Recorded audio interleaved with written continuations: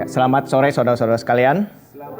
Sebelum kita masuk ke PA pemuda kita pada sore hari ini, mari kita berdoa sekali lagi ya. Mari kita semua berdoa.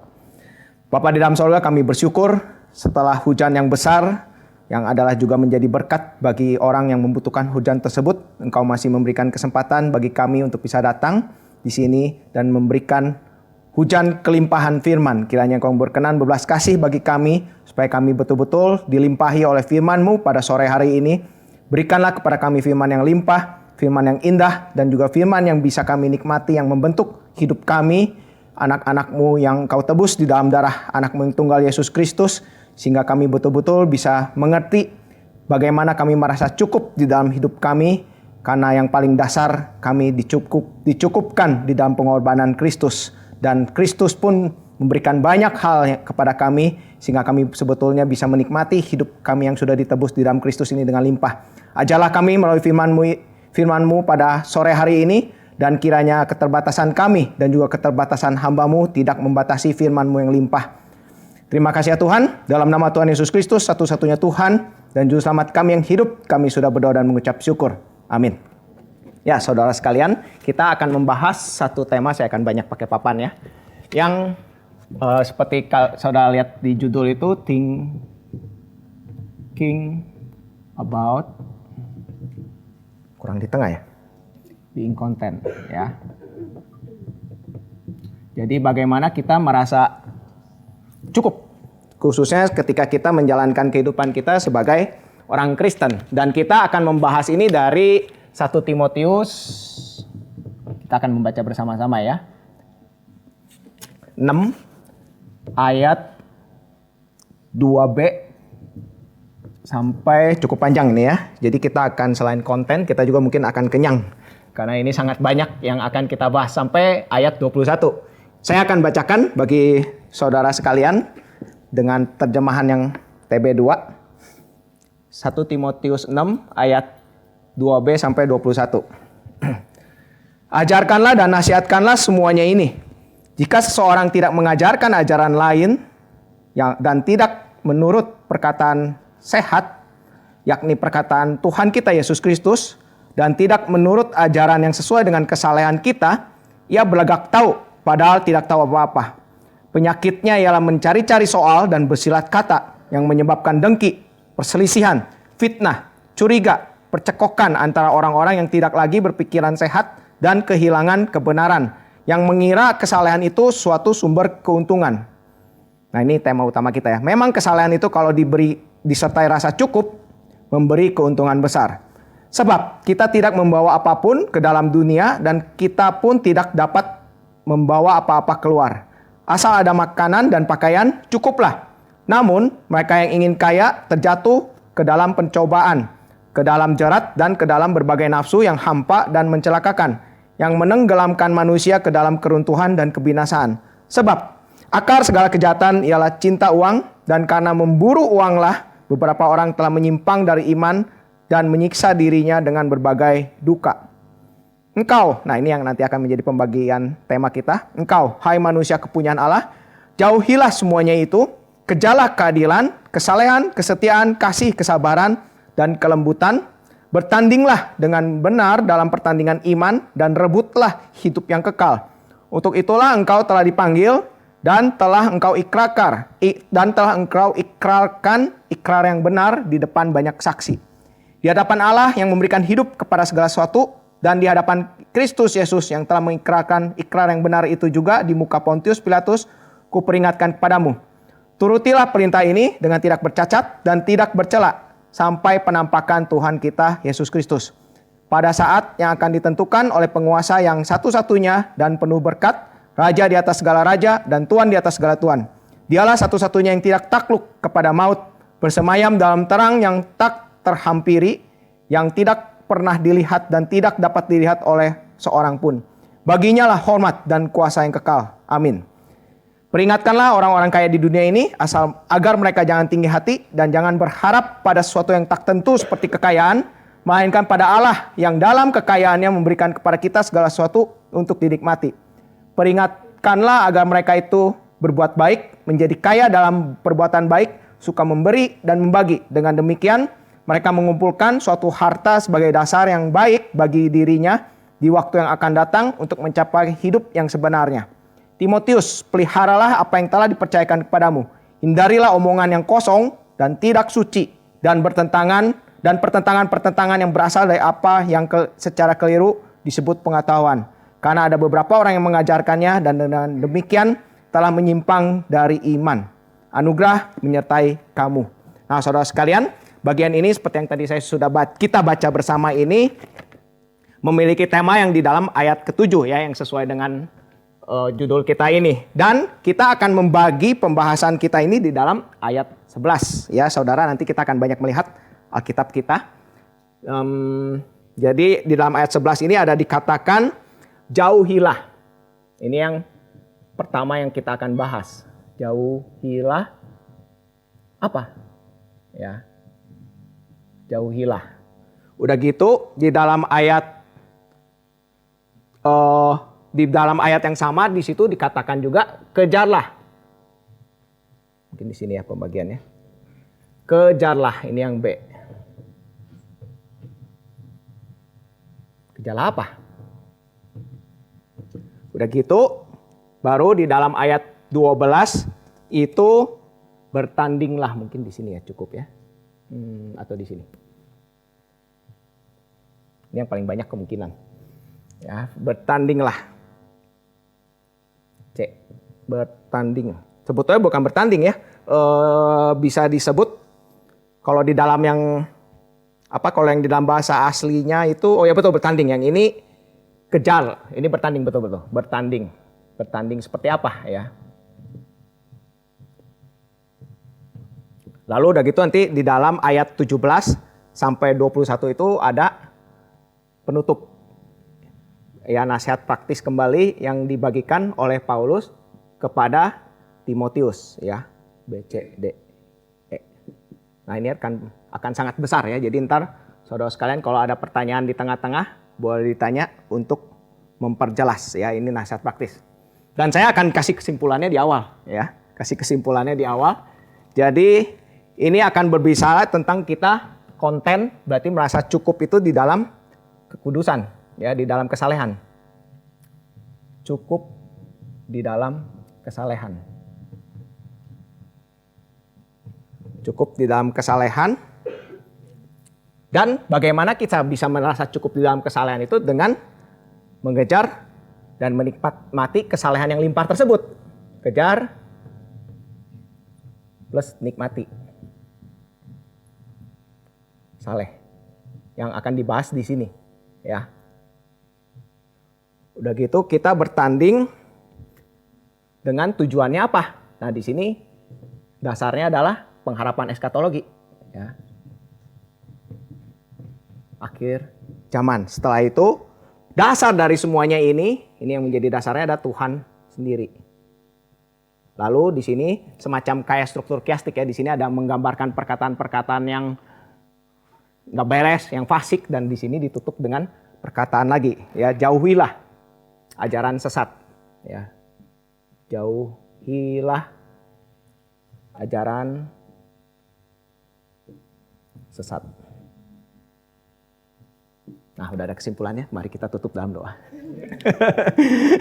Ya, ini mungkin gaya sedikit saya coba gaya yang lain. Jadi biasanya kita kan bahas gitu baru kesimpulan. Saya kasih kesimpulan di awal baru kita uraikan ya. Sekali-sekali saya pengen coba itu. Nah, pertama-tama mungkin kita lihat dari pembagian di dalam ayat 11 ini kan ini jauhilah, kejarlah, tanding yang seperti apa. Mungkin ini kita sedikit belajar juga ya, belajar membaca Alkitab. Kalau dari saudara membaca di dalam ayat 11 ini, jauhilah semuanya itu. Apa semuanya itu kira-kira? Dari tadi kita sudah baca kan, dari ayat 6 sampai ayat 21, kan kita sampai di titik tengahnya yang menjadi pembahasan bahan ini, yang di dalam ayat 11 ya. Ini kan jauhilah, kejarlah, dan dalam ayat 12 ya tanding. Nah, jauhilah ini, jauhilah semuanya itu apa? Semuanya itu apa?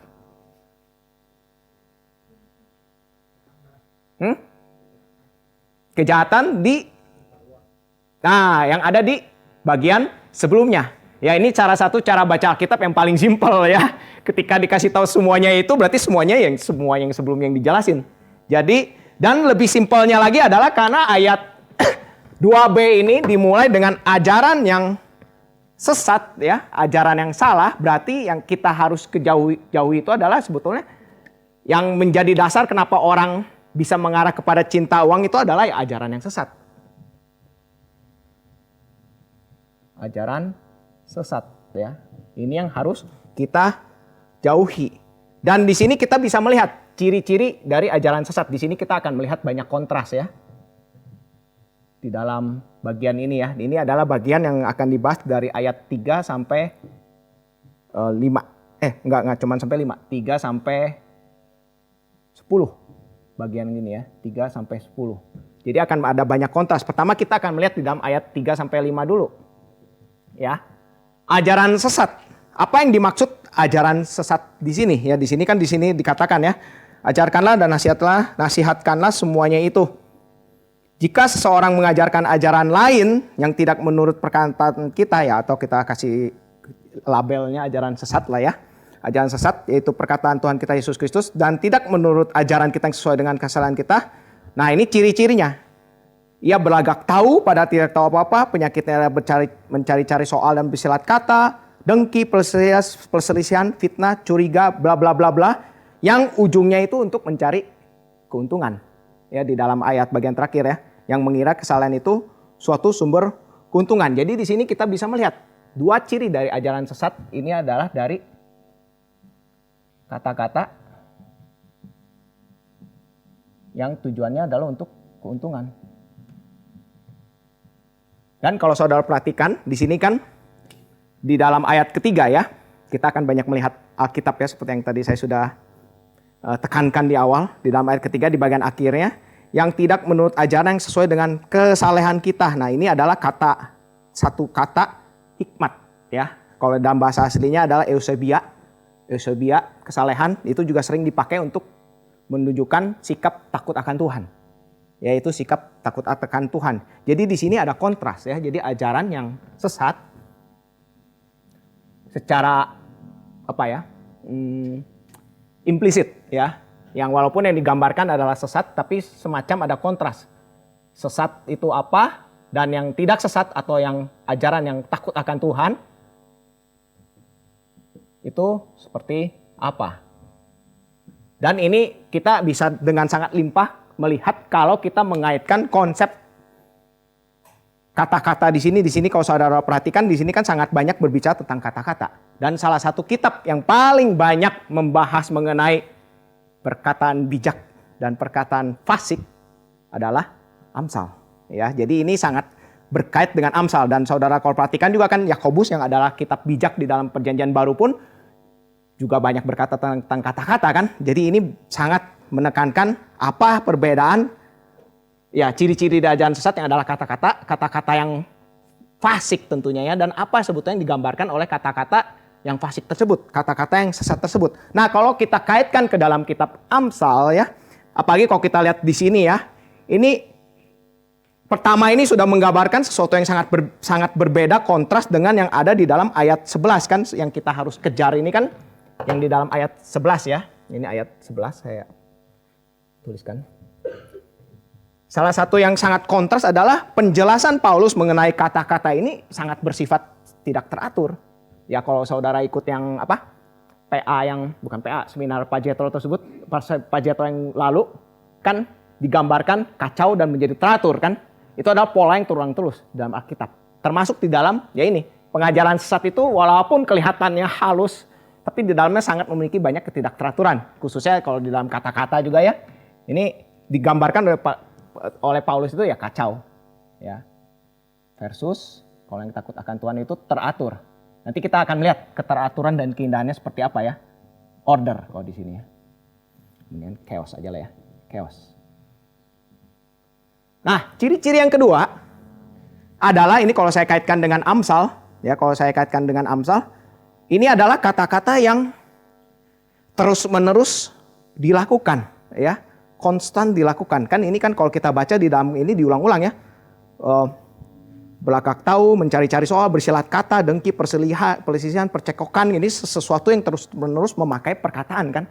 Jadi perkataan yang selalu dilakukan dengan konstan. Ini fasik lah ya. Nah, salah satu ciri khas dari perkataan hikmat yang diajarkan di dalam Amsal adalah in control, terkontrol. Ini implisitnya ya, nggak dibahas di bagian ini, cuman saya kasih kontras supaya kita bisa melihat, waktu kita melihat bagian ini, betapa kontrasnya gitu. Apa ekspresi dari pengajaran yang sesat. Udah gitu yang kedua, merusak. Ya kita sudah melihat ekspresinya di sini kan, menimbulkan dengki, perselisihan, fitnah, curiga, percekokan, itu kan semua hal-hal yang merusak. Sedangkan perkataan hikmat itu memberikan hidup. Dan ya di dalam kekonstanannya ini, orang fasik itu selalu berusaha untuk, ya ini yang sudah sangat digambarkan di dalam ayat 4 bagian awal ya. Berlagak tahu padahal tidak tahu apa-apa, merasa yang paling benar. Sedangkan orang hikmat, kalau saudara baca di dalam Amsal, dia udah tahu dia benar, tapi karena dia tahu dia benar, dia tidak perlu berkata-kata. Diam. Ya. Nah, kenapa mereka sampai mengekspresikan ini ya? Karena mereka tidak menemukan, orang fasik ya, tidak menemukan ya konten di dalam Tuhan. Ya. Kalau saudara gali, ini saya jadi PA Amsal ya, nanti kemana-mana, ini saya cuman kasih singkat aja, ini sempat saya bawa di Kediri ini. Karena emang gerejanya mengalami pergumulan ini ya, mengalami pergumulan ini. Karena orang yang mengalami ini itu adalah orang yang tidak mengalami konten gitu, khususnya di dalam kesalehan yang berdasarkan takut akan Tuhan. Kenapa? Karena dia tidak mencari konten, dia mencari yang lain gitu, yang untuk dirinya. Yang digambarkan di sini adalah dia mencari keuntungan gitu ya. Dan inilah ciri-ciri dari ajaran yang sesat, yang sebetulnya kalau digambarkan di dalam Amsal lebih detail lagi itu lebih ngeri ya. Ini kelihatannya kan sangat kasar banget kan ya, sangat mudah dicirikan ya. Tapi kalau saudara perhatikan, sekarang kan ajaran-ajaran yang sesat ini ya sering kali nggak kelihatan gitu. Yang hal-hal yang sebetulnya merusak, hal-hal yang sebetulnya menghasilkan kekacauan, yang terus-menerus dikatakan, dan yang terus-menerus merasa dirinya benar ini sangat susah sekali dibedakan dengan yang betul-betul yang kata-kata pengajaran yang memang sesuai dengan kitab suci. Saudara kalau misalnya dengarkan, saya nggak mau sebut merek ya.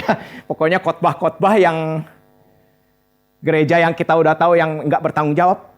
Kalau kita nggak punya kacamata yang benar, kita pas ngedengerin khotbah itu kayaknya ini benar ya. Padahal ada satu kata atau dua kata atau berapa prinsip itu yang nggak beres. Nah inilah yang sangat mengerikan. Kata-kata yang motivasinya adalah untuk keuntungan pribadi gitu. Yang kalau memang kita kaitkan dengan pengajaran sesat di dalam konteks kita sekarang ini kan memang ya motivasi gereja-gereja yang tidak bertanggung jawab kan memang untuk uang. Ya. Ini sangat mengerikan sekali ya saudara. Ya, sangat mengerikan sekali, dan ini diekspresikannya itu dari kata-katanya. Kata-kata yang sangat subtle ya. Ini saya kalau mau cerita pengalaman pribadi jangan terus ya. Tapi yang pasti saya pernah tertipu ya selama berapa bulan sama orang yang saya kira adalah orang yang memang benar gitu, dengan kata-kata yang sangat subtle, tapi ternyata setelah saya tahu dari dari orang lain yang kasih tahu saya, ternyata orang tersebut itu nggak benar sama sekali. Dan ini sangat mengerikan ya, gitu. Sangat mengerikan, sehingga ya kita perlu betul-betul peka ya di dalam satu bagian ini, di dalam kata-kata. Mendengar kata-kata dari orang, motivasinya apa gitu. Dan yang di sini adalah motivasinya uang, sehingga dia tidak menemukan konten. Kalau di dalam konteks ini, ya dia tidak menemukan konten di dalam Tuhan. Kenapa? Karena dia motivasinya uang, yang dijelaskan di dalam bagian selanjutnya di dalam ayat 6. Inilah kontras yang pertama ya, ini yang pertama. Kalau gitu apa orang yang memiliki ajaran yang benar, ajaran yang takut akan Tuhan, yang tidak memiliki motivasi ya, yang tidak memiliki motivasi uang, ya, motivasi tujuan utamanya adalah uang. Ini kita akan lihat kontras yang pertama. Ya, di dalam ayat 6 sampai 8 ya ini. Ini kontras yang pertama apa? Kita akan lihat pertama di dalam ayat 6 yang menjadi tema utama kita yang akan dibahas di dalam bagian selanjutnya ya. Memang kesalehan itu kalau disertai rasa cukup memberi keuntungan yang besar. Berarti sebetulnya yang menjadi goalnya itu ya bukanlah uang, tetapi memang kecukupan di dalam kehidupan saleh ya. Cukup di dalam kesalehan. Oh ya, ini udah langsung jadi kesimpulan ya sama judulnya. Tapi apa yang dimaksud cukup di dalam saleh? Ini yang nanti akan dibahas di dalam bagian selanjutnya. Cuman ini yang langsung dibahas oleh Paulus ya. Yang pertama dikontraskan. Supaya kita tidak terjebak di dalam yang fasik, sesat, yang chaos ini. Ya kita harus memiliki ini. Ya, saya bintangin lah yang poin-poin pentingnya. Harusnya pakai spidol yang lain. Biar ada sedikit kontras. Ya, ini. Dan yang kedua, di dalam ayat 7, dasarnya kenapa ya kita konten. Nah ini unik ya. Sebab, ya ini kalau dikaitkan dengan uang ya. Dikaitkan dengan uang. Kita tidak membawa apapun ke dalam dunia dan kita tidak dapat membawa apa-apa keluar. Nah kalau saya tanya ke saudara, ini kuis Alkitab tidak ada hadiahnya. Apa yang dimaksud dengan ayat ini ayat 6 ya. Kita bahas ayat per ayat. Ini kan ayat 3-5. Ayat 6 kurang simetris ya udahlah nggak apa-apa. Sini ayat 7. Apa yang dimaksud dari ayat ke-7 ini? Sebab kita tidak membawa apapun ke dalam dunia dan kita pun tidak dapat membawa apa-apa keluar. Kan sering kata-kata yang sangat rohani sekali ya.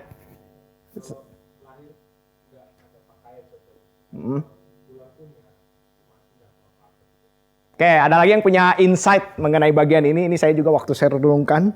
Ini emang belas kasih Tuhan ya. Kalau Tuhan memberikan insight, ya perlu diuji lagi. Cuman ini kadang insight-nya ini indah gitu. Ada lagi yang punya pendapat? Siapa tahu bisa mencerahkan kita semua. Gantian sama saya. Ada lagi yang punya pendapat bagian ini? Ini kan sangat berkait dengan bagian Ayub ya. Ayub mengatakan ini juga kan. Ada lagi yang kepikiran?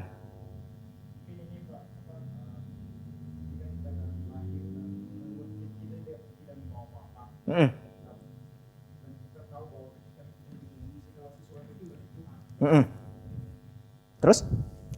Oh, segala sesuatu itu dari Tuhan. Nah, itu sudah mulai mendekati ya. Sudah mulai mendekati. Kenapa? Ini sebetulnya saya ada pemikiran mengenai bagian ini. Kita tidak membawa apapun ke dalam dunia. Dan kita tidak dapat membawa apa-apa keluar. Karena memang ya semuanya itu sudah all in. Kenapa? Karena memang pada akhirnya kita kan akan di dalam dunia ini. Kan ini berkait dengan eskatologi kan. Pada akhirnya kita akan di dunia ini lagi. Jadi ngapain kita mikirin untuk bawa keluar gitu ya. Atau bawa keluar gitu. Karena memang pada akhirnya kita kan akan hidup lagi di dunia ini. Jadi fokuslah di dunia ini. Fokuslah kembangkan dunia ini. Sampai setelah waktu tugas kita berakhir, ya sudah gitu, kita serahkan kepada yang meneruskan, kepada yang akan mengembangkan. Tapi ya memang karena dengan pengharapan pada akhirnya memang kita akan balik lagi ke sini, gitu kan? Balik lagi ke sini. Jadi ya jangan sampai kita punya pemikiran ya, kok kayaknya apa ya? Saya menyesal belum gimana, apa seperti ada sesuatu yang masih belum cukup gitu di dunia ini. Kenapa? Karena memang ya di dunia ini kan pada akhirnya Tuhan yang akan menyempurnakan gitu ya. Jadi ya memang semuanya itu pada akhirnya akan berpusat pada dunia ini gitu. Ini saudara nangkep kah atau agak ngeheng? Kalau ini nanti bisa diminta itu ya bisa kita diskusikan ya. Karena memang pada akhirnya kan kita akan ada di dunia ini lagi ya. Sehingga ya kita ya nikmatilah gitu apa yang Tuhan berikan di dalam dunia ini dengan dasar yang ada di dalam ayat 8. Ini konsep berkait dengan eskatologi ya. Maka nikmatilah dengan dasar ayat 8 ya. Asal ada makanan dan pakaian cukuplah. Jadi kita menjalankan hidup yang konten ya, hidup yang konten yang lagi-lagi berdasarkan pengharapan ini ya, yang tadi ini yang nanti akan digambarkan di sini. Mari kita cukupkan Yang kalau kita kaitkan dengan prinsip Amsal lagi ini, kita bisa kaitkan ini dengan Amsal 30 ayat 8. Ya, kita coba buka ya bareng-bareng 30 ayat 8.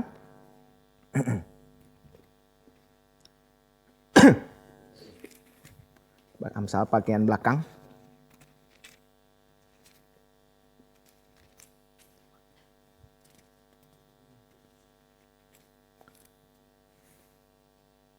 Nah, 30 ayat 8. Sangat berkait dengan uang kan ya ini ya. Jauhkanlah dariku kecurangan dan kebohongan. Jangan berikan kepadaku kemiskinan atau kekayaan. Biarkanlah aku menikmati makanan yang menjadi bagianku. Supaya jangan, ayat 9 saya lanjutkan ya. Jangan kalau aku kenyang, aku menyangkalmu dan berkata siapa Tuhan itu. Atau kalau aku miskin, aku mencuri dan mencemarkan nama Tuhan. Jadi ya kita bersyukurlah gitu atas apa yang Tuhan sudah berikan kepada kita, ya. Bersyukur.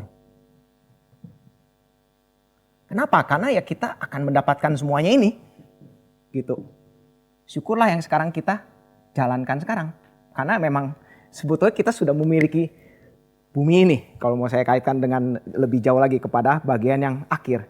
Dan ini sangat kontras ya. Dengan yang dibagikan oleh, kontras lagi. Ayat selanjutnya, Paulus mengkontraskan lagi di dalam ayat 9 dan 10. Ya, ayat 9 dan 10. Namun, ya, mereka yang ingin kaya terjatuh ke dalam pencobaan, ke dalam jerat, dan ke dalam berbagai nafsu yang hampa dan mencelakakan, yang menenggelamkan manusia ke dalam keruntuhan dan kebinasaan. Sebab akar segala kejahatan ialah cinta uang, dan karena memburu uanglah beberapa orang telah menyimpang dari iman dan menyiksa dirinya dengan berbagai duka. Nah, inilah yang sebetulnya menjadi topik utama yang diserang oleh Paulus ya. Kan kalau misalnya kalau saudara baca surat Timotius ini adalah surat yang diberikan kepada Timotius untuk dia menjadi hamba Tuhan yang beres. Dan godaan yang paling besar dari hamba Tuhan kan adalah uang ya. Yang paling besar dari hamba Tuhan adalah uang. Makanya Paulus memberikan prinsip bagaimana Timotius itu bisa konten gitu di dalam dia menjalankan panggilannya. Dan ini juga ada prinsip yang kita bisa jalankan. Karena kita semua kan adalah hamba Tuhan yang panggilannya berbeda-beda.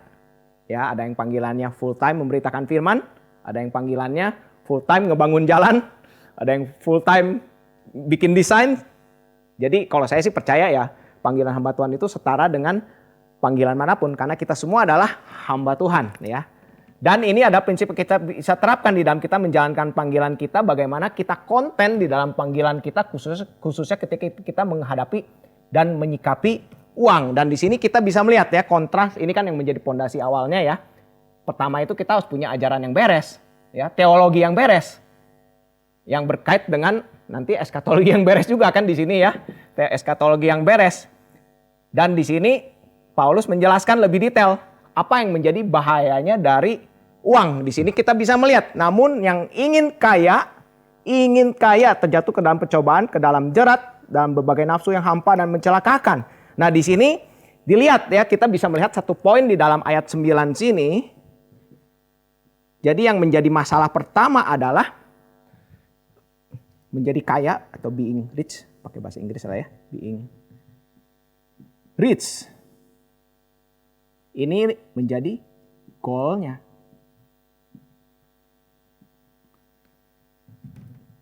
Sedangkan yang betul itu menjadi kaya itu harusnya means, ya, menjadi cara bagaimana kita menjalankan panggilan kita. Kalau kita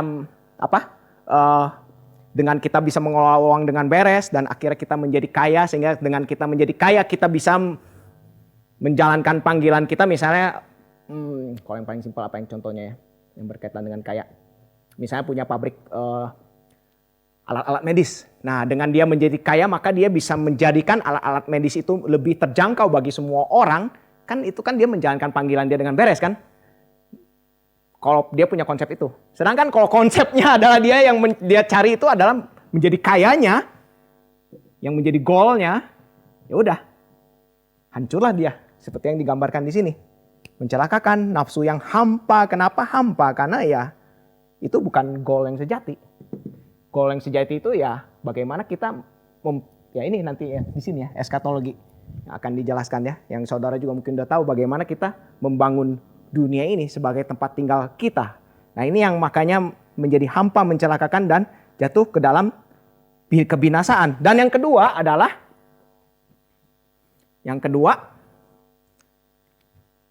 cinta uang. Of money. Nah ini adalah sesuatu yang sangat relevan khususnya di zaman posmo sekarang. Ya, di mana segala sesuatu itu tidak ada standarnya. Standarnya adalah diri saya sendiri, feeling saya, ya, feeling saya.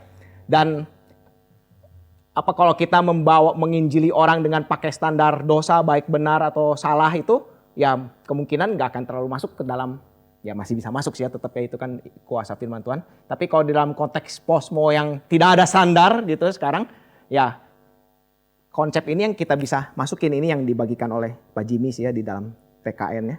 Bagaimana dosa itu adalah mencintai sesuatu yang salah. Ya, dosa itu adalah mencintai sesuatu yang salah. Yang dicintai adalah uang, bukan Tuhan. Ya. Harusnya mencintai Tuhan.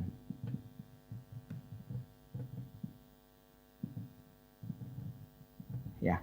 Kita bisa masuk ya bagaimana ketika orang mencintai yang salah, lagi-lagi kan ini goal dari cinta yang salah kan, itu akan menghasilkan ya kehampaan dan malah di sini ekstrim ya. Dan karena memburu uang lah beberapa orang telah menyimpang dari iman dan menyiksa dirinya dengan berbagai duka ya. Saudara bisa melihat, mungkin saudara sudah banyak mendengar cerita orang yang kaya, kok nggak salah yang bosnya Kodak ya, kok nggak salah atau siapa gitu. Yang dia merasa akhirnya setelah punya uang banyak tersebut merasa hampa gitu. Akhirnya dia nggak tahu meaning dari hidup, bunuh diri gitu ya. Bunuh diri. Ada banyak cerita kan orang yang kaya yang akhirnya bunuh diri gitu. Karena dia pertama mungkin ya being rich ini yang menjadi goalnya dia. Dan kedua dia tidak punya cinta atau enggak objek. Bukan objek sih ya, tepatnya kalau Tuhan itu subjek ya. Subjek dari cinta yang sejati. Dan inilah yang kita perlu perhatikan ya. Renungkan selain di sini ya. Ciri-ciri yang pertama ini kan adalah ajaran sesat itu. Ya ini kata-katanya. Yang kedua ini yang memiliki kecukupan dan punya goal yang jelas gitu ya. Dan ya ini di sini berkait lagi di sini.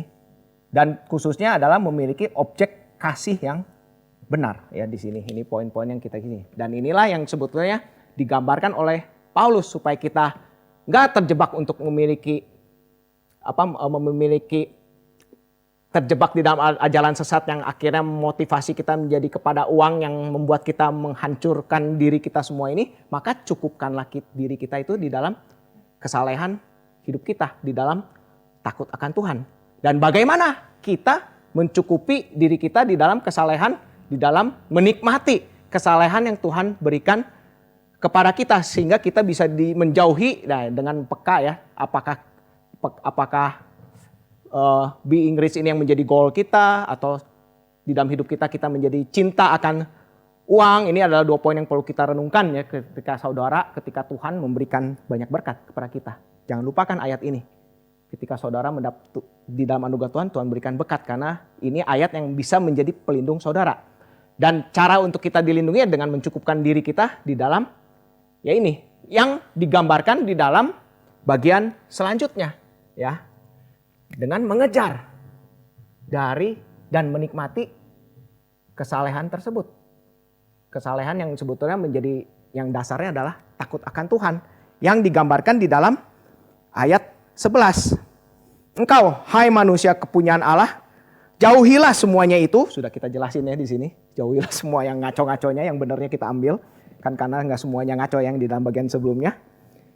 Dan kejarlah keadilan, kesalehan, kesetiaan, kasih, kesabaran, dan kelembutan. Ini saudara bisa melihat ya kontras yang sangat jauh sekali. Di mana penggambaran kata-kata itu kalau pas kita lihat ini sepertinya sangat nggak teratur dan kacau, yang seperti saya sudah jelaskan di sini. Tapi di sini ketika Paulus menjelaskan apa yang kita harus kejar, padat. Cukup satu ayat pun beres ya. Dan di sini disampaikan masing-masing satu kata dan kata-katanya ini juga teratur dan ada maksudnya semua ini. Semuanya ini ada maksudnya. Sangat indah sekali sebetulnya ya. Pertama adalah dikaiosine ya. Righteousness. Ini keadilan. Saya mending pakai bahasa Inggrisnya lah kali ya. Karena terjemahan yang Indonesia kurang limpah sayangnya ya. Kalau saudara baca Alkitab mungkin ada baiknya saudara sekali-kali sambil cek bahasa aslinya. Dan terjemahan kamus bahasa aslinya apa. Nanti di situ saudara bisa lihat, wah ternyata maknanya limpah. Ya. Dan itulah salah satu kenikmatan ketika kita baca Alkitab. Sedikit invest waktu. Dan kalau mau lebih bagus lagi, invest waktu untuk masuk STT. Jadi promosi. Oh itu hidup ya. Oke. Pertama righteousness. Mungkin saya bahas satu-satu ya. Righteousness. Atau saya tulis dulu aja semua lah ya. Jangan nanti takut ya. Nggak cukup tempatnya. Righteousness. Nah di sini righteousness ini di kaiosine ini. Ya sebetulnya nggak cocok ya. Hanya di dalam pakai kata adil. Tetapi benar dan adil. Atau kalau disimpulkan di dalam satu kata, lurus. Ya, kejarlah jalan yang lurus. Dan ini kan lagi-lagi ini adalah kata-kata hikmat ya, kata-kata hikmat. Jadi di sini Paulus ini saya sempat bahas kalau saudara yang ikut di RES yang Presiden University, ini kata-kata yang mirip. Ada kata-kata yang mirip yang di dalam buah roh, ya, di dalam buah roh. Di mana buah roh itu adalah sebetulnya gambaran prinsip hidup orang berhikmat.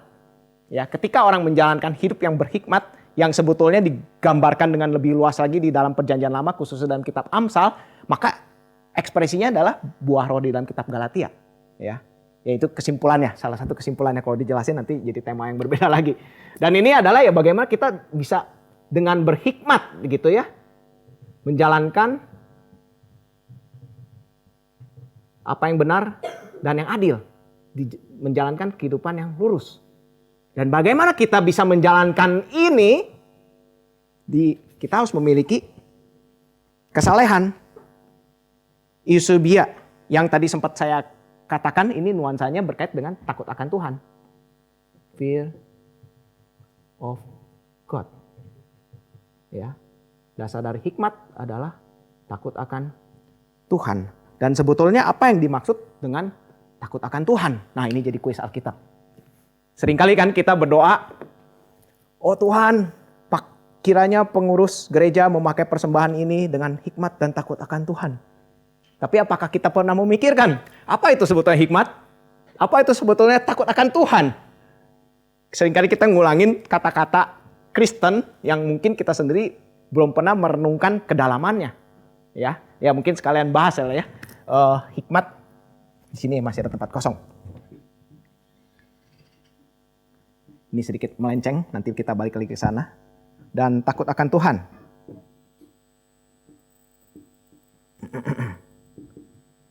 Mungkin ada yang mau kasih pendapat. Hikmat, kira-kira menurut saudara hikmat itu apa? Apalagi hikmat yang digambarkan oleh Alkitab. Apa yang dimaksud dengan hikmat? Langsung ngeheng semua. Benar kan ya kalau ditanya, kalau kita ngomong, baiklah kita menjalani hidup berhikmat. Dengan mudah kita bisa mengatakan. Tapi waktu kita tanya apa itu hikmat langsung. Ya. Oke kita belajar bersama. Kira-kira ada yang mau kasih pendapat? Oh itu, wah ini Agustinus Bapak Gereja. Masuk STT ya. Itu lumayan oke ya. Kita bisa masukin elemennya. Benar plus teratur. Oh bukan Agustinus, Matius. Rasul Matius. Ditunggu ya, jangan lama-lama.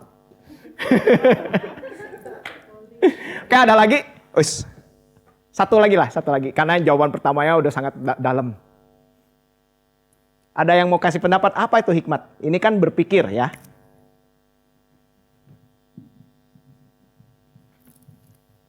Ada lagi? Hah? Hikmat itu bijaksana Tuhan. Bijaksana. Udah langsung cukup lah Pak ya. Bijaknya sana. Bijaksana berarti Tuhan kan. Bijaksana. Tadi ada yang angkat tangan? Ya, menjauhi kejahatan dan punya pengertian bijaksana, jauhi kejahatan. Jahat. Tulisan saya jelek banget. Kemarin ujian Pak Billy nggak bisa baca tulisan saya. Tulisan tangan, suruh ketik ulang. Pak Billy mencobai dirinya sendiri dengan suruh saya nulis. Nah, ya ini sebetulnya saya nggak bisa, makanya kenapa saya nanya, karena memang kata hikmat di dalam Alkitab itu sangat dalam. Betul saudara ya.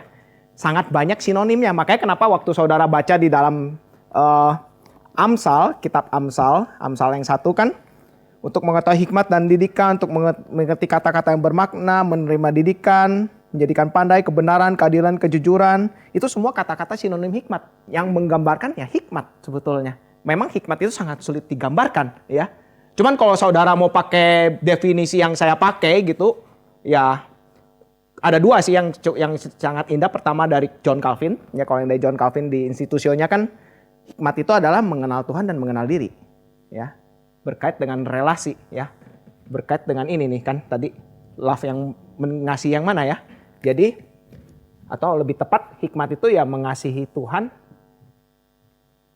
dan sesama. Ini definisi baru, saya baru kepikiran sekarang. Ya, hikmat itu ya esensi dari ekspresi dari kita yang mengasihi Tuhan dan sesama. Dengan kita mengasihi Tuhan dan mengasihi sesama, maka kita akan mengekspresikan hikmat. Ya, dengan kita memikirkan keseluruhan firman Tuhan, keseluruhan Taurat Tuhan itu yang didasarkan dengan mengasihi Tuhan dan sesama kita kan, kita akan mengekspresikan hidup yang berhikmat. Dan yang kalau dikaitkan dan definisi yang lain, kalau ini yang dari Calvin ya, Calvin itu kan mengenal Tuhan dan mengenal diri. Kalau yang dari Temple Longman adalah skill on living. Ya, bagaimana kita memiliki skill untuk menjalankan kehidupan di dunia ini dengan tepat, dengan benar dan teratur. Ini benar sekali ya. Kenapa benar dan teratur? Khususnya teratur karena ya memang Tuhan menciptakan dunia ini di dalam hikmatnya sehingga menjadi ada keteraturan. Dengan hikmat yang dari sana, ya. Dan kalau kita tidak teratur dan tidak benar ya otomatis kita tidak menjalankan hidup yang berhikmat, ya. Dan ini adalah skill yang perlu kita miliki untuk kita menjalankan kehidupan yang benar. Inilah hikmat. Dan dasarnya adalah takut akan Tuhan. Nah ini jadi kuis yang kedua. Apa itu takut akan Tuhan?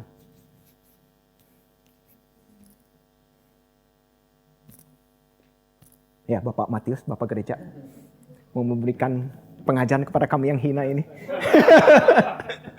Kami yang hina ini. Apa itu takut akan Tuhan?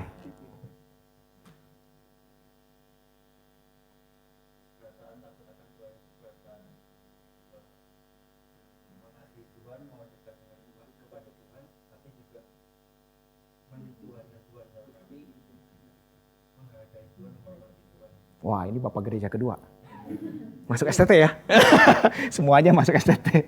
Itu definisi yang udah oke ya. Itu udah sangat oke. Ini kalau dalam bahasa aslinya kan Yirat Yahweh ya.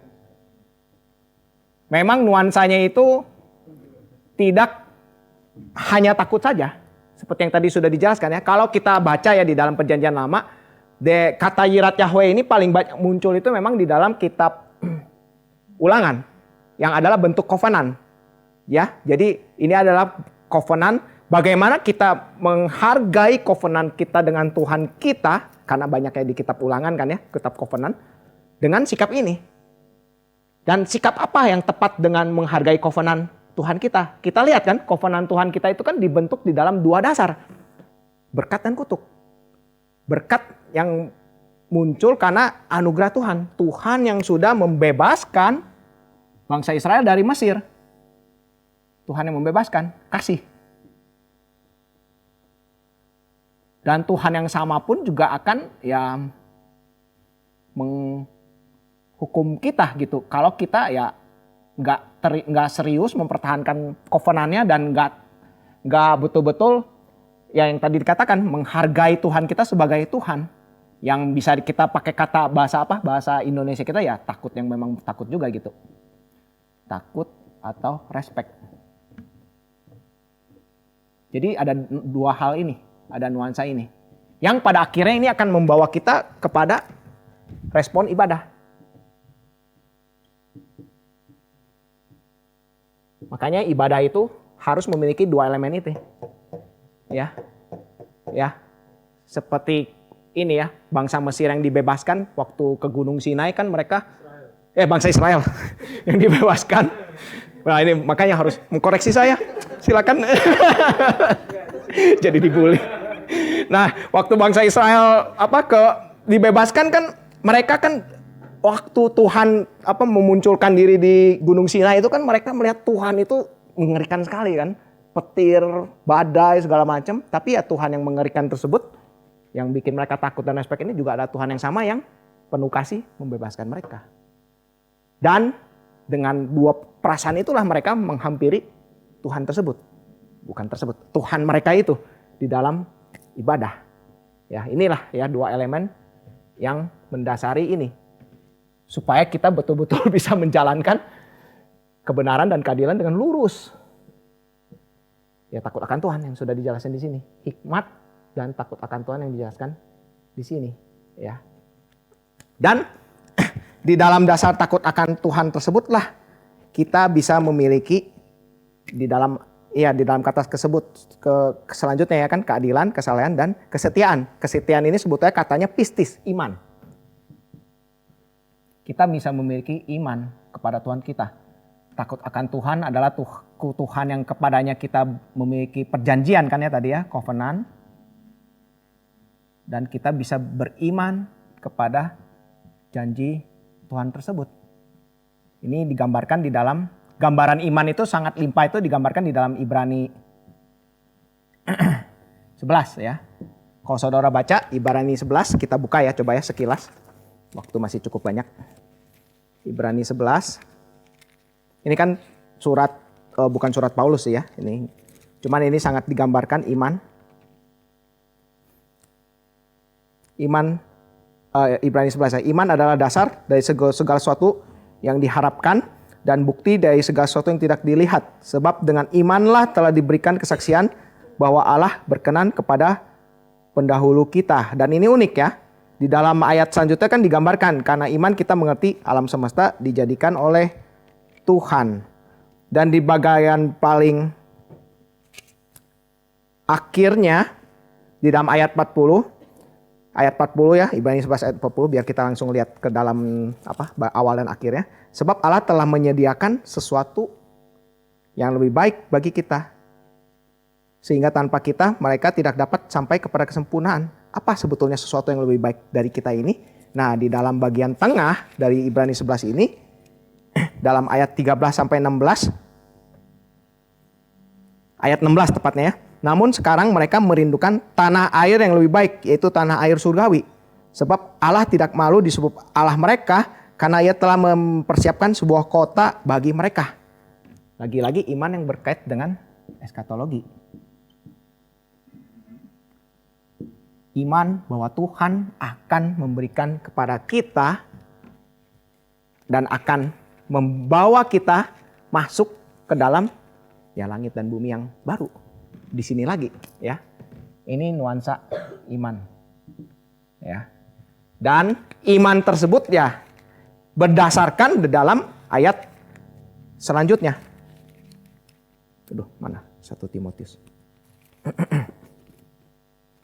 Oh ini. Di dalam ayat selanjutnya, di dalam kata selanjutnya yaitu kasih.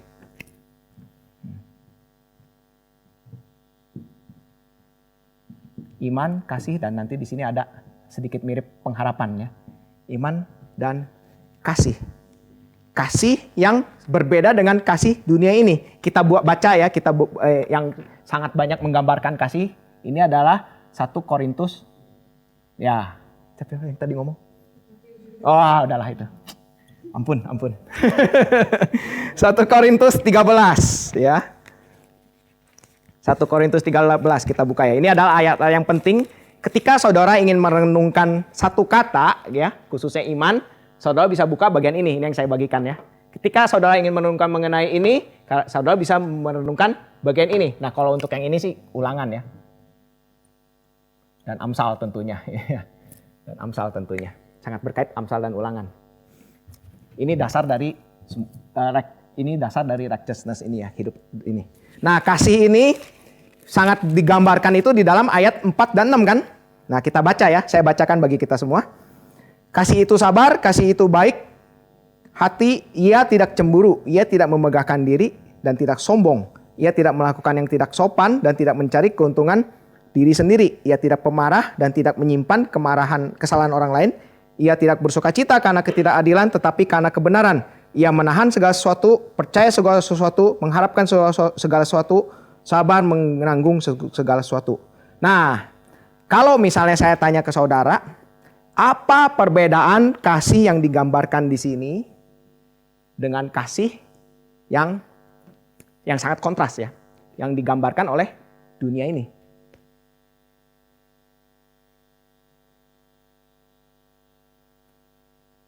Pakai satu kata jawabannya.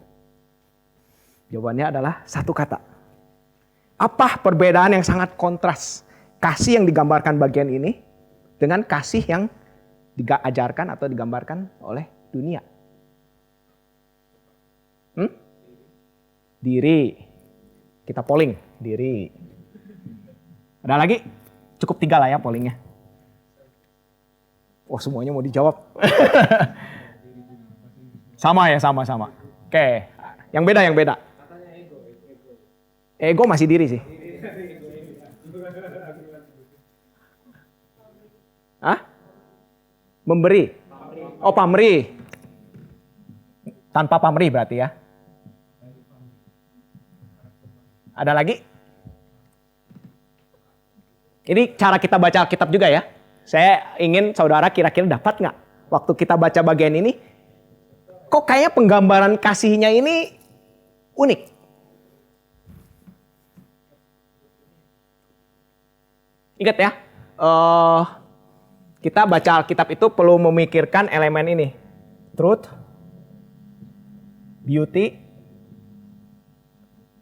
and affection. Ya, ini yang ingin saya terapkan juga sih setiap saya bagi-bagi. Ini elemen dari hikmat juga. Apa yang ketiga kira-kira? Agape, itu sih terjemahan kata bahasa Yunaninya. Oke, kenapa? Yang sangat gambaran yang kasih yang digambarkan di sini ini apa yang sangat kontras dengan dunia? Iya, yang dari Alkitab, yang kita baru baca ini. Waktu kita baca bagian ini, apa yang sangat kontras?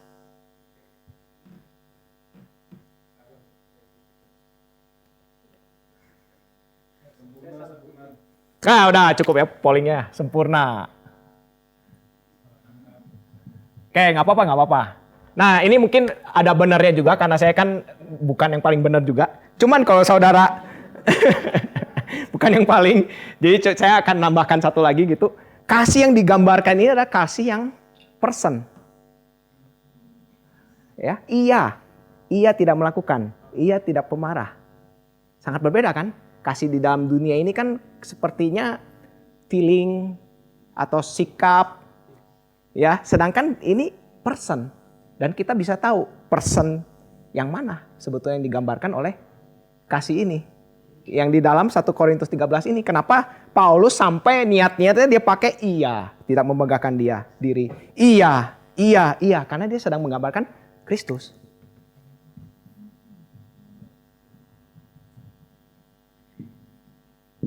Dasar dari pengharapan eskatologi kita.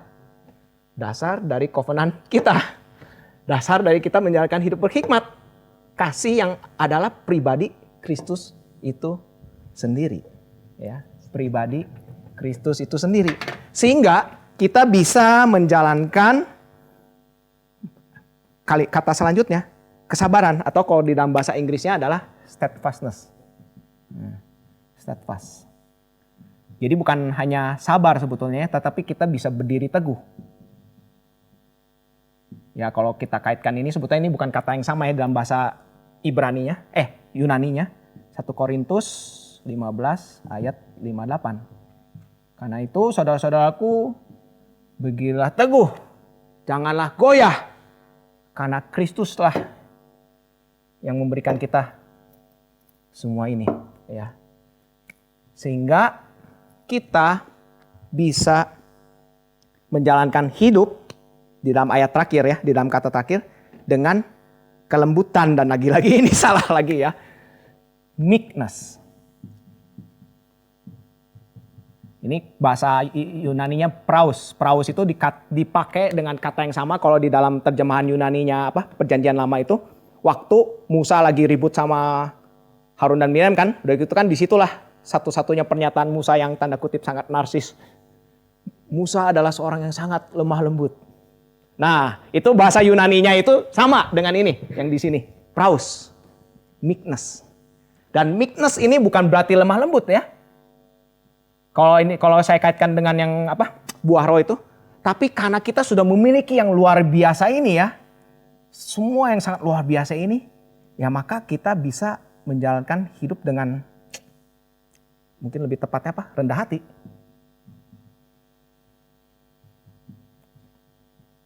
Atau sebenarnya kurang tepat ya rendah hati juga ya. Meekness lah, meekness. Jadi kita memiliki power yang sangat besar, tapi kita memilih untuk tidak exercise power tersebut gitu. Ya. Sama ya, kita memiliki uang yang sangat besar, tapi kita memilih untuk tidak dengan salah mengexercise memakai uang tersebut. Ya, inilah ketika kita mengejar semuanya ini dan menikmati semuanya ini, kenapa kita bisa menikmati semuanya ini? Karena ya kita punya pengharapan ini, nanti dikaitkan ini. Kita bisa menjauhi ya ini yang sudah digambarkan di dalam bagian sebelumnya ini ya. Maka saya tandain ya, ini yang penting-penting juga. Nah ini tentu semuanya penting. Saudara bisa catat ya kalau yang ini berkait dengan Musa ya di dalam Bilangan 12 kalau nggak salah ya.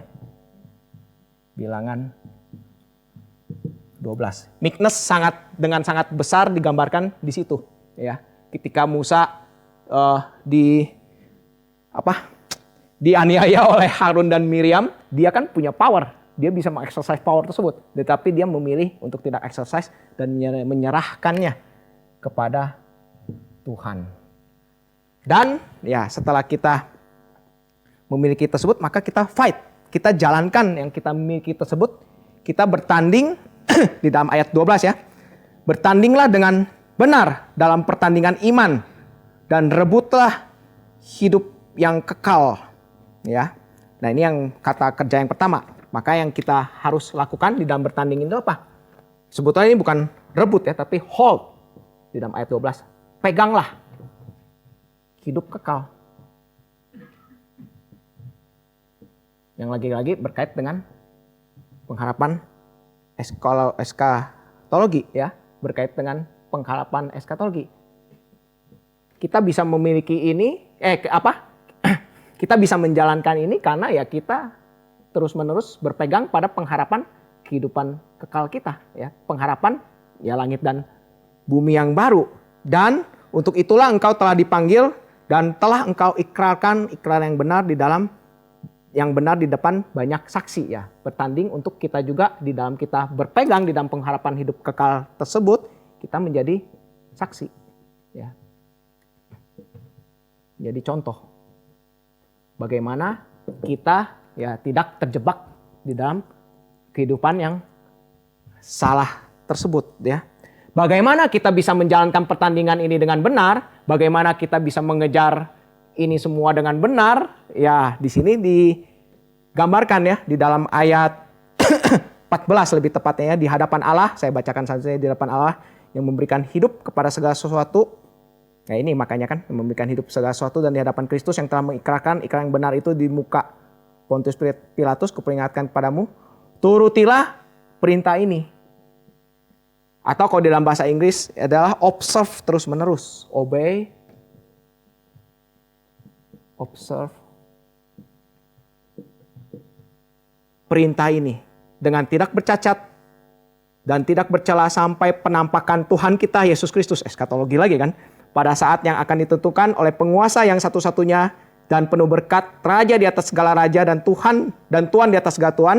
Dialah satu-satunya yang tidak takluk kepada maut. Eskatologi lagi. Bersemayam dalam terang yang tak terhampiri dan yang tidak pernah dilihat dan tidak dapat dilihat oleh seorang pun. Baginya lah hormat dan kuasa dan kekal. Nah, obey dan observe perintah ini. Nah, yang jadi pertanyaan, apa perintah ini yang dimaksud Paulus di sini? Kalau saudara baca, udah ada hintnya dari pertanyaan saya yang di awal. Apa yang dimaksud? Ini yang di dalam ayat 14 kan, turutilah. Atau kalau nuansa lainnya adalah taatilah dan observe-lah perintah ini. Berarti perintah ini sebetulnya menggambarkan ya semuanya ini yang Paulus sudah ajarkan, atau lebih tepatnya mungkin semua surat Timotius. Tapi ya kalau untuk konteks ini semuanya ini supaya kita bisa bertanding, supaya kita betul-betul bisa berpegang pada hidup yang kekal, supaya kita betul-betul bisa menjadi saksi, menjadi contoh. Ya, observe, renungkanlah semuanya ini.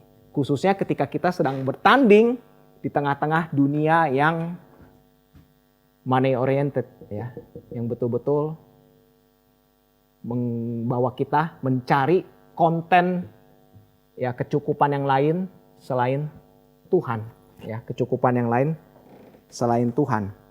Dan sekali lagi Paulus mengingatkan bahwa memang semuanya ini kita bisa nikmati, ya, kejar dan kenikmati kesalehan, kita bisa mengejar pengharapan eskatologi kita, bertanding di dalam, ya, menuju garis finish pengharapan eskatologi kita, karena memang ya dasarnya adalah Tuhan sendiri. Di dalam ayat 17 sampai 19. Peringatkanlah orang-orang kaya di dunia ini agar mereka jangan tinggi hati dan jangan berharap pada sesuatu yang tidak tentu seperti kekayaan, melainkan pada Allah yang dalam kekayaannya memberikan kepada kita segala sesuatu untuk dinikmati. All in. Peringatkanlah agar mereka itu berbuat baik, menjadi kaya dalam perbuatan baik, suka memberi dan membagi, dan dengan demikian mereka mengumpulkan suatu harta sebagai dasar bagi dirinya di waktu yang datang untuk mencapai hidup yang sebenarnya. Nah, ini sebetulnya ada prinsip praktis, ya. Setelah Paulus membagikan fondasi teologis, ya, fondasi teologis yang untuk supaya bisa hidup menikmati, bisa konten di dalam hidup saleh, ya. Ya, Paulus memberikan perintah kita harus melakukan pertandingan ini.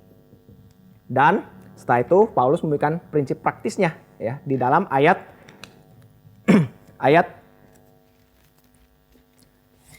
17 sampai 19 ini.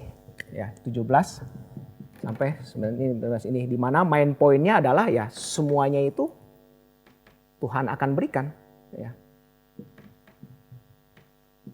untuk kita. Karena ya memang yang paling berharga, ya, yang kita bisa miliki itu sudah kita miliki dari sekarang. Kita sudah memiliki Tuhan yang memiliki semuanya itu sendiri. Inilah duniahu, ya. Karena kita content in God, ya. Bintangnya jelek. Gimana? Nah, bintangnya jelek. Sudah content in God, ya. Dan lalu akhirnya Paulus menutup dengan ini sebetulnya kiastik, ya kan, ini kata-kata yang jelek. Udah gitu ditutup lagi dengan kata-kata yang jelek. Udah gitu ini Tuhan, dan sebetulnya ini juga sebenarnya menggambarkan karakter Tuhan, kan. Ya, Tuhan, dan tengahnya ya marilah kita berpegang pada pengharapan kekal tersebut, menjadi saksi dan taatilah semuanya ini, ya. Dan di sini Paulus mengingatkan lagi, jauhilah di dalam ayat selanjutnya, ya, Timotius, peliharalah apa yang telah dipercayakan kepadamu, hindarilah omongan yang kosong, lagi-lagi, ya, yang tidak suci, pertentangan yang berasal dari apa yang secara keliru disebut pengetahuan, karena ada beberapa orang yang mengajarkannya dan dengan demikian telah menyimpang dari iman. Anugerah menyertai kamu. Nah, di dalam bagian ini kita bisa menyimpulkan, ya, bahwa ya kata-kata dan motivasi, yang kalau dalam konteks ini adalah uang, itu adalah sebetulnya ya ekspresi teologi kita.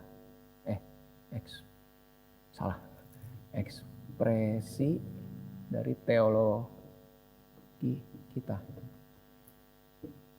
Apa yang kita confess belum tentu sama dengan apa yang kita bukan konflik, apa ya? Confess itu berbeda dengan apa yang kita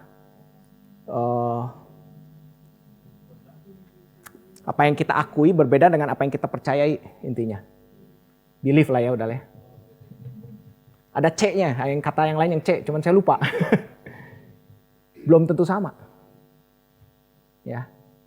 Dan ini akan terekspresikan di dalam kata-kata dan motivasi. Ya. Maka ya. Dan kalau Amsal itu prinsipnya kebalik ya. Itu ya, Amsal itu sangat menggambarkan bagaimana ya kata-kata itu kalau yang tidak terkontrol ya itu sebetulnya menggambarkan sebetulnya apa yang sebetulnya orang tersebut miliki. Apakah dia memiliki pengajaran yang beres, memiliki takut akan Tuhan atau enggak, dan motivasinya apa gitu.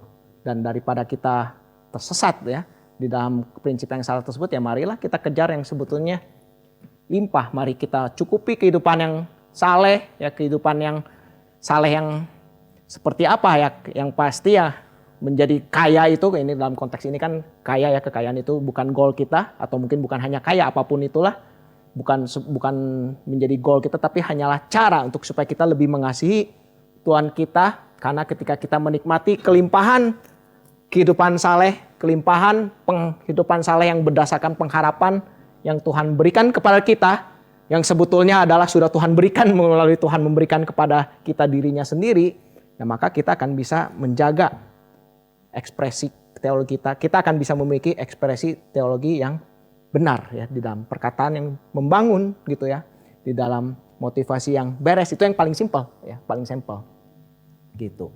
Nah, itulah mungkin yang bisa saya bagikan di dalam PA pada sore hari ini. Mungkin ada yang mau didiskusikan. Wah, ampun, jangan tanya yang berat-berat. Ya, silakan.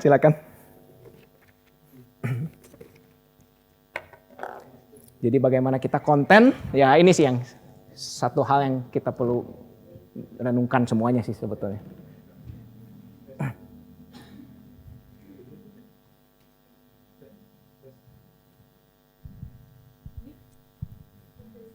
Betul. Yes, oke. Terima kasih kok untuk penjelasannya, sangat banyak dan limpah ya. Nah, semoga kita semua bisa menangkap ini ya. Pertanyaan saya, ini kan ada di ayat 21 ya, yang kesimpulannya yang harus dihindari ya. Hindarilah omongan yang kosong yang tidak suci, bertentangan ya, dan selanjutnya itu ya, yang dari yang disebut pengetahuan. Nah, yang saya mau tanya, ini omongan yang kosong dan yang tidak suci, atau ya lebih saya fokus kepada omongan yang kosong itu yang seperti apa sih yang dimaksud di sini gitu ya? Apakah omong kosong yang kita bercanda setiap hari begitu ya, jokes yang nggak penting misalnya, atau omongan kosong itu seperti apa, atau yang tidak sesuai dengan hikmat gitu ya? Karena kadang-kadang kita bisa berpikir, oh kita hidup biasa aja kok, nggak yang terjebak dalam omongan yang kosong yang tidak suci gitu. Ataukah memang omong yang kosong yang tidak suci ini memang berkaitan dengan apa ya, pergaulan kita tiap hari. Betul. Dan ya yang tidak terkontrol seperti itu, atau seperti apa nih, mohon penjelasan. Ya itu betul ya, sebetulnya sudah dijawab juga. Dan memang itu ya, kalau kita tarik lagi ke prinsip Amsal, yang tadi ini perkataan ya pergaulan kita akan membentuk cara kita berkata-kata. Kalau kita peer groupnya dengan yang kata-kata yang sisi ini, kita lambat laun akan kebawa, nggak akan imun kita. Makanya kenapa Lot itu dalam anugerah Tuhan, cuman maksudnya Di dalam Mazmur 1 kan, berbagai orang yang tidak berjalan, berdiri, dan duduk. Makin lama makin dekat kan. Memang kita harus membatasi diri. Itu yang paling pertama. Karena kalau kecuali kalau kita dalam konteks mau reach out ya. Dan itu juga perlu bijak ya. Kenapa? Karena cara reach out kita ya di dalam gereja itu nggak bisa Superman. Kita sendirian terjun atau nggak kita bikin satu grup terjun ke orang tersebut, nggak. Cara reach out adalah dengan bring in, come and see, bawa orang tersebut ke gereja. Di mana di gereja itu orang-orang dibentuk dengan perkataan yang diarahkan untuk lebih teratur. Ya kalau saudara di sini perkataan yang babak belur, perkataan yang aneh-aneh, pasti kan orang akan, ini kok kayaknya salah tempat gitu ini orang ini gitu.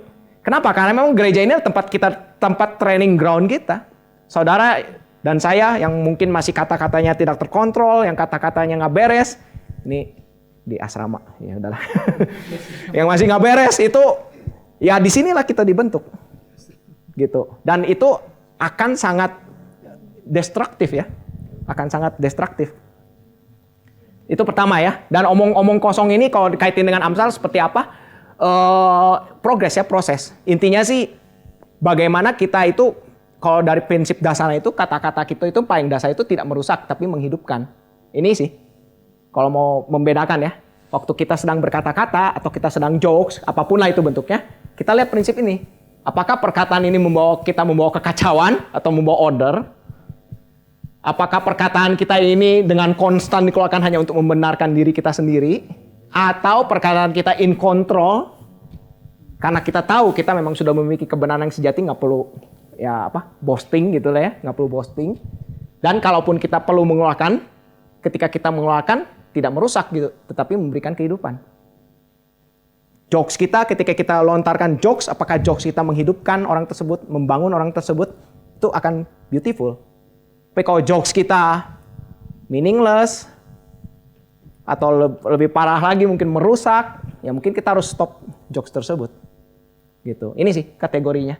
Tapi kalau mau nanti saya kasih artikelnya. Ini saya prinsipnya ini dari jurnal sebetulnya. Ya. Saya nggak rangkum sih, itu jurnalnya bahas sangat limpah dari Amsal. Jadi foolish speech and wise speech dirangkum dalam Amsal. Dan itu saya rasa perlu ya untuk anak muda. Karena anak muda kan ego masih sangat besar. Jadi kalau PR saya hari ini adalah di dalam kita berkata-kata, bacalah Amsal tiap hari. Karena Amsal, saya salah tulis. Amsal kan ada 31 ya pasal. Baca satu tiap hari. Ini sebulan kan? Itu saya jalanin di STT dan memang betul-betul itu sangat menolong saya gitu. Karena salah satu poin utama yang Amsal, kalau saya kaitkan dengan Mazmur lagi ya, Mazmur, orang fasik itu senjatanya saking semuanya udah diputarbalikkan oleh Tuhan. Kalau di Mazmur yang awal tuh yang Mazmur 1 sampai 42 ada gambaran yang Absalom kan di dalam Mazmur berapa saya lupa, yang rambutnya akhirnya nyangkut kan, itu cara Tuhan senjata makan Tuhan. Maaf, senjata makan Tuhan. Aduh, ampun Tuhan. Itu salah ngomong. Senjata makan Tuhan, jadi rambutnya itu nyangkut. Nah, itu salah satu prinsip yang digambarkan oleh Mazmur. Mazmur 1, 2, 3, 4, 5 itu bagaimana Tuhan itu memutarbalikkan segala rencana sejarah kefasikan orang fasik, sehingga orang fasik itu nggak punya apa-apa lagi selain kata-kata. Ya, selain kata-kata. Kan di dalam Wahyu pun juga dikatakan bahwa yang ada mereka cuma bisa sumpah serapah. Orang-orang yang fasik yang di dalam itu, di dalam penghakiman. Makanya ya, kenapa saya sampai ke sini ya? Oh ya, pokoknya ini. Renungkanlah ini supaya kita bisa betul-betul mengontrol hidup kita. Gitu. Sehari satu gitu. Nah, kalau misalnya mau mengerti lebih lanjut lagi Amsal, nanti tema lain lagi ya. Cuman ini saya PR-nya aja untuk hari ini. Oke, itu sih jawabannya. Boleh. Maaf ya teman-teman, makan malamnya agak geser nih kayaknya. Ini bagian ini tadi ya, tentang apa ya, pengajaran sesat itu kan menggunakan kata-kata yang begitu tipis gitu ya. Ini perenungan ya hidup real sih begitu ya. Misalnya kan kita kalau udah kerja dan siapapun pasti pernah mengalami pergumulan, apakah itu ya krisis begitu, apakah itu keuangan dan lain sebagainya. Tapi kan yang di sini kan juga berkaitan banget dengan uang gitu ya. Dan ada suatu ajaran yang mengatakan seperti ini, mungkin tipis gitu ya, tapi saya jujur, saya terus ini salah, tapi saya belum bisa mengkristalkan apa salahnya ini gitu ya. Saya mulai mengerti tapi belum sepenuhnya gitu ya. Kata-katanya seperti ini. Kalau anak saja dia beri, kalau darah saja dia beri, maka yang lain pun kita bisa beri. Minta kepada Tuhan. Mau kita beli ini, kita berdoa kepada Tuhan. Anak saja dia beri, darah saja diberi, apalagi yang lain. Gitu ya. Kalau kita coba hubungkan dengan ayat Alkitab gitu kan, oh ya di dalam Yesus Kristus yang mengaruniakan kepada kita segala berkat rohani di surga gitu ya. Kan bisa ya kita hubung-hubungkan dalam, iya maksudnya kalau kita di dalam kondisi yang terpuruk gitu kan, kita bisa hubung-hubungkan ayat itu supaya kita apa gitu ya. Ya terhibur atau mulai ada harapan juga. Memang kan kita cari harapan dalam firman Tuhan gitu ya. Tapi apa yang salah dari pernyataan itu? Atau apa ada yang benar atau gimana? Ya ini buat diskusi aja ya, karena berkaitan dengan kata-kata yang begitu tipis itu. Oh iya ya. Ya itu ya maksudnya sudah bisa mengatakan, sudah bisa merasa ada terganggu dengan perkataan tersebut kan, sudah mulai mempertanyakan apakah ada yang salah atau yang benar, itu kan berarti kita sudah Tuhan berikan kepekaan kan salah satunya kan. Nah ya di dalam kepekaan itu, di dalam hikmat, di dalam kita memilah kata-kata tersebut, nah itulah kita bisa melihat. Nah tapi kalau tadi dari yang apa yang sudah dijelaskan tadi itu, sudah kasih darah, kasih anak gitu ya, mintalah apapun, kan kita pun juga sudah bisa melihat bahwa nuansa minta apapunnya itu untuk siapa dulu gitu, minta untuk siapa gitu kan, nanti biasanya kan harus ada kelanjutan ya kan, mintanya apa, udah gitu motivasinya apa, dan itu nanti kita lihat yang biasanya kan akhirnya ujung-ujungnya ke diri, udah dihapus ya, udah nggak ada diri di sini, ujung-ujungnya ke diri sendiri deh, keuntungan diri sendiri lagi kan gitu. Nah ya udahlah, itu udah jelas nggak beres gitu. Satu sisi ini juga saya jadi kepikir, seringkali di dalam doa-doa kita juga, apakah kita mendoakan itu tanda kutip ya, walaupun ini nggak salah juga, pergumulan kita saja, sedangkan kita lupa mendoakan pergumulan gereja, pergumulan umat Tuhan, pergumulan bagaimana kerajaan Allah supaya bisa terjadi. Sedangkan yang kita doakan kan mungkin, ya termasuk saya juga gitu, kok saya harus diberesin karakternya seperti itu, nggak salah jujur ya. Cuman kan mungkin kita mendoakan sesuatu yang benar tapi kurang luas gitu skopnya, lebih ke hanya kita sendiri juga gitu. Nah itu saya jadi tambahan untuk yang jawaban itu. Cuman balik lagi, tadi itu kan yang perkataan itu tersebut kan ya motivasinya ke ya diri gitu kan, ya udah jelas lah itu akan pengajaran yang subtle, kelihatannya seperti memakai kata-kata ayat-ayat yang sebetulnya itu juga kalimat itunya juga udah nggak beres juga sih ya. Kalau yang saya dengar itu sebetulnya dari pendeta yang kita sudah tahu yang mana lah itu, dia kata-katanya sangat halus banget gitu kan. Sekarang kan kita tahu kan banyak yang udah mempelajari teologi reform kan, reform tanda kutip dikemas, dijual ulang gitu teologinya untuk motivasi yang nggak beres gitu. Itu pun juga bisa. Nah itu yang serem itu justru. Sangat subtle gitu, dan kita harus betul-betul kuat gitu di dalam ajaran yang ini sesat ya, ajaran yang sehat. Maka saudara perlu betul-betul ya terus-menerus diisi dengan firman Tuhan, diisi dengan limpah, supaya kita betul-betul bisa punya kepekaan gitu. Ya sampai situlah, nanti saya kemana-mana. Sampai situ. Ada lagi?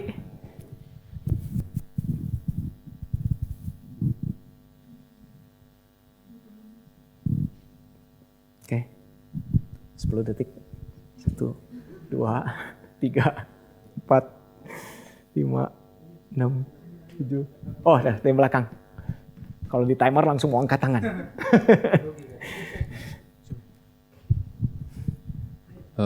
Pak, saya mau tanya, kalau misalnya di reform ini, kadang saya sering kontras dengan kehidupan yang misalnya kayak diajarkan Bapak kan soal pietisme ini, soal gimana caranya hidup benar dan menuruti perintah gitu ya.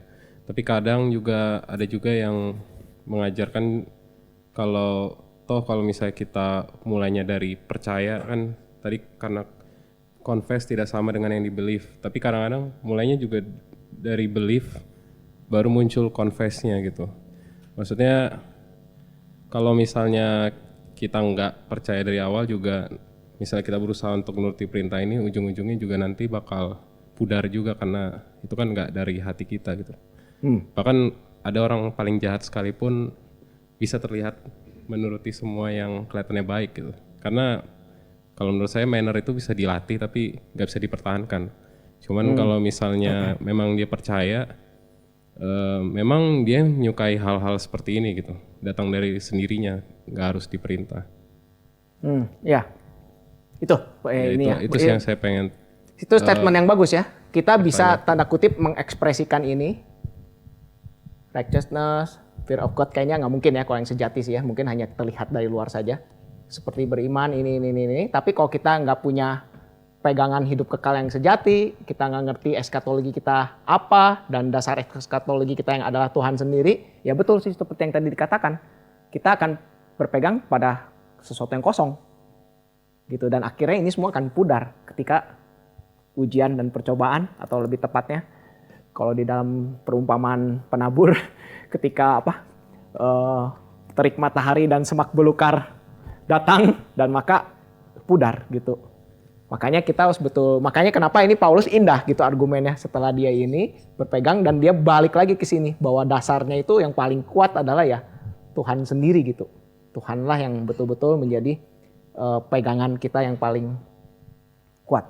Bagaimana relasi kita dengan Tuhan? Apakah kita betul-betul bersyukur kalau kita misalnya kehilangan semua apapun yang ada di dunia ini seperti Ayub nggak kehilangan semua sih, masih ada istri ya Ayub, dan istrinya pun mengutuki dia ya, mengutuki dia, tapi kita masih terus berpegang pada Tuhan gitu. Ayub kan dia masih berpegang kepada Tuhan dengan cara ya dia bertanya kepada Tuhan gitu, kenapa saya nggak ada salah apapun tapi kok Tuhan berikan ini gitu. Dia masih tetap menanyakan kepada Tuhan gitu, menanyakan kepada Tuhan, dan itu yang membuktikan dia juga masih mencari jawabannya dari Tuhan gitu. Jadi ya kalau kita betul-betul kehilangan semuanya di dalam dunia ini dan kita masih tetap memiliki Tuhan, apakah tetap kita masih bersyukur gitu di dalam hidup kita gitu. Nah itu satu hal yang bisa kita renungkan. Saya sendiri juga perlu merenungkan hal tersebut gitu ya. Oke, nggak ada lagi ya, terima kasih semuanya. Mari kita semua tutup dalam doa ya. Mari kita semua berdoa. Bapa di dalam sorga, kami bersyukur atas firman yang limpah yang Kau berikan, firman yang indah. Kiranya Kau yang menanamkan semuanya ini kepada kami, karena kami sadar kami adalah manusia yang terbatas yang perlu terus-menerus dipaparkan oleh firman, bukan supaya kami menghafalkannya, tetapi supaya kami, kerangka pikir kami, cara berpikir kami, cara hidup kami terus-menerus dibentuk di dalam kebenaran firman Tuhan, di dalam narasi firman Tuhan, sehingga kami betul-betul secara alam bawah sadar bisa menghidupinya. Walaupun mungkin kami tidak secara sadar mengingatnya, tetapi di dalam alam bawah sadar Engkau yang menanamkan firman tersebut. Terima kasih ya Tuhan, pimpinlah kami dan pimpinlah setiap dari firman yang sudah ditaburkan supaya kami juga bisa menjalankan di dalam kehidupan kami bisa berpegang teguh dan kami bisa menjadi saksi di luar sana ketika orang-orang menghadapi tantangan dunia ini, atas dunia yang sangat berpusat kepada uang ini, kami betul-betul bisa menjalankan hidup kami yang berpusat kepada Tuhan dengan memakai uang untuk menjadi berkat dan juga memakai uang untuk menjadi saksi Tuhan dimanapun kami berada. Terima kasih ya Tuhan. Dalam nama Tuhan Yesus kami sudah berdoa dan mengucap syukur. Amin.